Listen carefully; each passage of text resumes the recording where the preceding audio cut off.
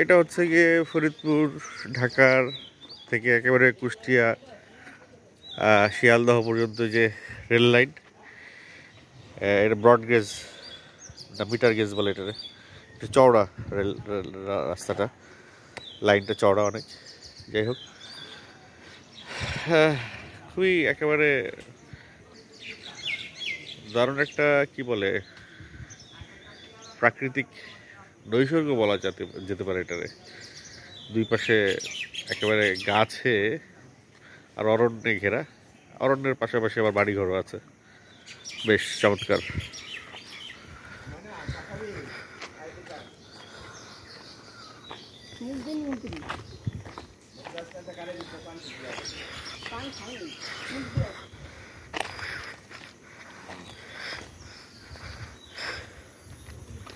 যাক, সকালবেলা একটু রেল লাইন ধরে হাঁটাও হয়ে যাচ্ছে। একটা প্রধান সড়ক ধরে হেঁটেছি, সেখানে ট্রাকের যে অস্বস্তিকর শব্দ, সেই অস্বস্তিকর শব্দটা এখানে নাই। আর একটা মজার বিষয় হচ্ছে যে এখানে খুব ট্রেনের খুব সচরাচর যাতায়াত নেই। খুব একটা লম্বা বিরতির পর পর ট্রেন যায়। আমি খুব কমই একবারই দেখেছি গতদিন, আর আজকে ট্রেনের দেখা পাইনি।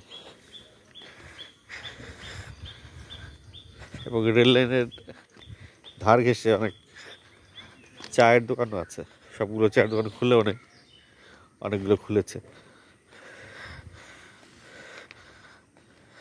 অনেকগুলো রাস্তায় যেখানে এসে রেল লাইন এসে থেমে গেছে, এগুলো একটা মহল্লা বা পাড়া। আমি আগের ভিডিওতেও বলছিলাম যে প্রত্যেকটা 8-10টা বাড়ি পর পর এরকম একটা পুকুর। এটা বোধহয় মসজিদ।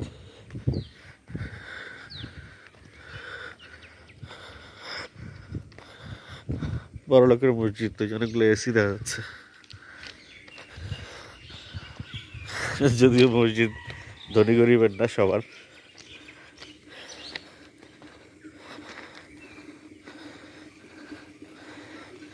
উনি বোধহয় কিছু একটা রান্না করছে, এটা সম্ভবত রান্নাঘর। কি রান্নাঘর নাকি এটা? রান্নাঘর নাকি? কাদের রান্না হয়? মসজিদের? ও, চাকরিজীবীদের। আজকে সকালের নাস্তা কি? ভাত খায় সবাই সকালে? পরোটা খায় না?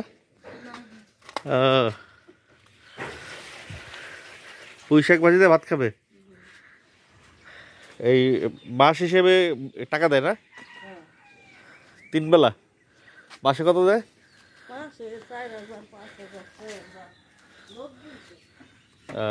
মানে যে যা খায় সেটা বুঝা।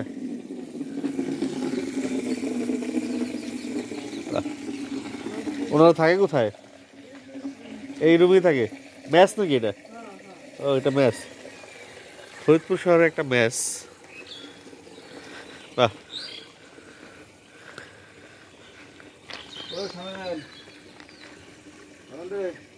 এগুলো তো মসজিদ ম্যাচ। এটা কি কোনো কলেজের ছাত্রাবাস ছিল নাকি? কোন কলেজের?